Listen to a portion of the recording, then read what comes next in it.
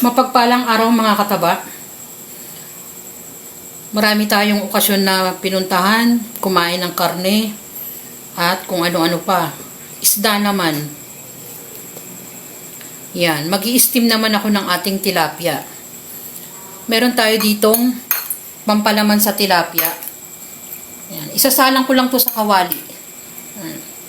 Ito naman ay sibuyas, kamatis, luya, pipino. Season ko lang to ng ating salt and pepper. Yan ang inilagay ko dyan. Magdagdag kayo kung ano pang gusto nyong idagdag. Tapos, dito naman, meron na akong ginagawang sausawan. Suka to. Suka na may pipino. Bawang. Sibuyas din. Season ko rin yan ng ating paminta at konting salt. Titimplahan ko naman to ng sugar, pambalanse at ang ating suka. Dalawang klase yung sausawan na gagawin ko. Ito naman ay palamansi lang at toyo. Meron din tong siling green. No, siling labuyo. Green lang kasi yon pero siling labuyo. Tapos, yan, nalinis ko na tong ating tilapia. Yan. Maglagay tayo dito sa ating dahon ng saging. Yan, narinis ko na rin yung dahon ng saging. Ang ipanglalak naman natin dito ay toothpick. Yan, ito naman ay salt lang ang inilagay ko sa ating tilapia. Yan. Tapos, kalat natin yung margarine. Saka natin lagyan ng palaman. Yan lang. Tapos maglagay na tayo ng palaman. Ubusin natin yung palaman sa tatlong tilapia. Yan. Tanggalin natin. Tapos saka natin ilak ng toothpick.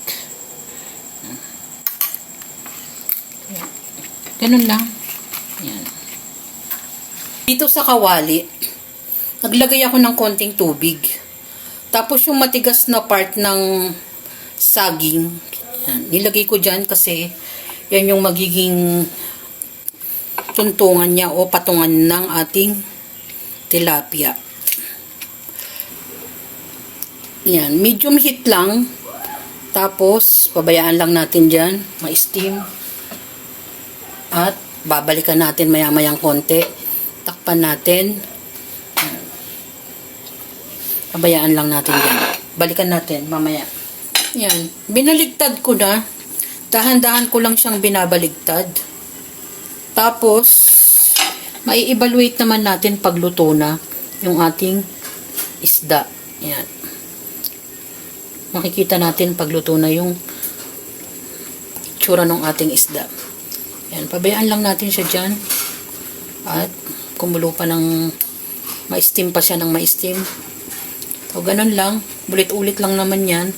At meron pa tayong isang isasalang. Magdadagdag ako ng konting tubig pag medyo naiiga. Madaling lutuin na steam tilapia. Naglagay lang tayo ng palaman, kamatis, sibuyas, pipino, mga pampalasa.